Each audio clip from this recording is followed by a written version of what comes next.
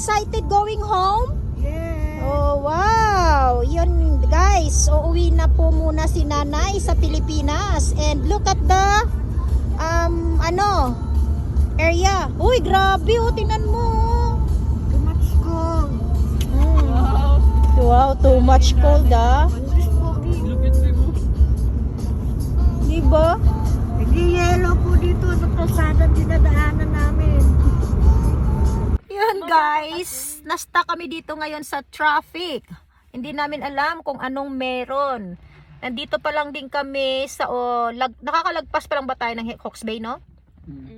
Kalalagpas pa lang namin ng Hawke's Bay. So, uuwi si nanay ng Pilipinas. Mabuti na lang ay bukas pa siya uuwi. So, pupunta na kami ngayon sa Auckland para sa accommodation namin. Para bukas, hindi na mahirapan sa biyahe si nanay. So, yun guys. Yan. Ano ka ba, Nay? Excited ka na ba sa pag-uwi mo makita mo yung mga friends mo? Ha? Excited ka na? Yes po. Yes po. Yan. Ay, kita niya na yung mga best friend niya. Iiwanan niya na kami. Nag-yellow dito ang dinadaanan namin. So, winter ngayon, masakit yung mga kasukasuan niya. Kaya tuwang-tuwa siya na uuwi siya. Kasi, mainit sa Pilipinas, guys. So, yan. Grabe. Tapos ito yun, no? Winter. Tapos, na-stuck kami sa traffic. Pakita ko sa inyo, guys. Grabe. So yun guys, grabe. 7:27 AM kami nandito pa. So mga ilang minuto na kami. Walang gumagalaw at nakapatay na lahat yung sasakyan ng mga nakapila dito sa traffic. So it means bago kami dumating ay mukhang matagal na silang nakastuck dito. Sana naman ay may dumating na rescuer kung ano man ang nangyari doon. Yan, mukhang mauudot pa yung aming pagtutour sa Auckland. Yan. Pupunta kami ng Auckland, guys. Guys, 10 minutes pa lang kami naghihintay. Thank you, Lord. At ay mukhang umuusog na ang traffic.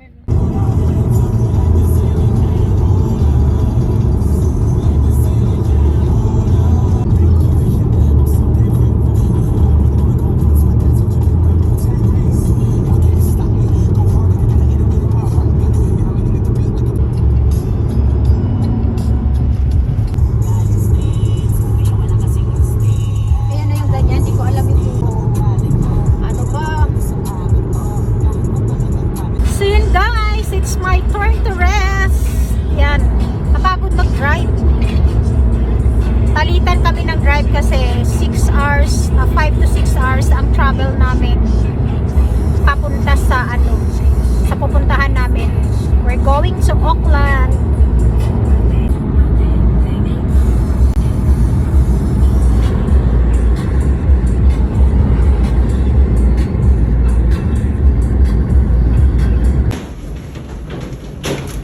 Ingat nanay ko.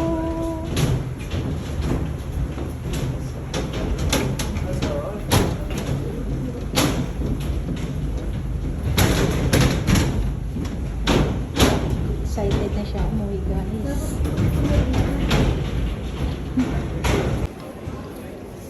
Yeah, see you next. Hi, mommy.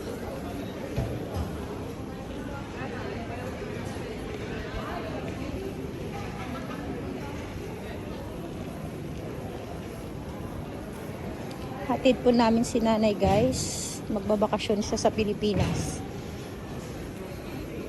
Yan. Bakasyon lang sa Pilipinas. Instead na tayo ang uuwi, siya na lang ulit ang papabalikin natin dito. Yan. Love you, nanay. Take care. Si nanay. Thank you, Lord.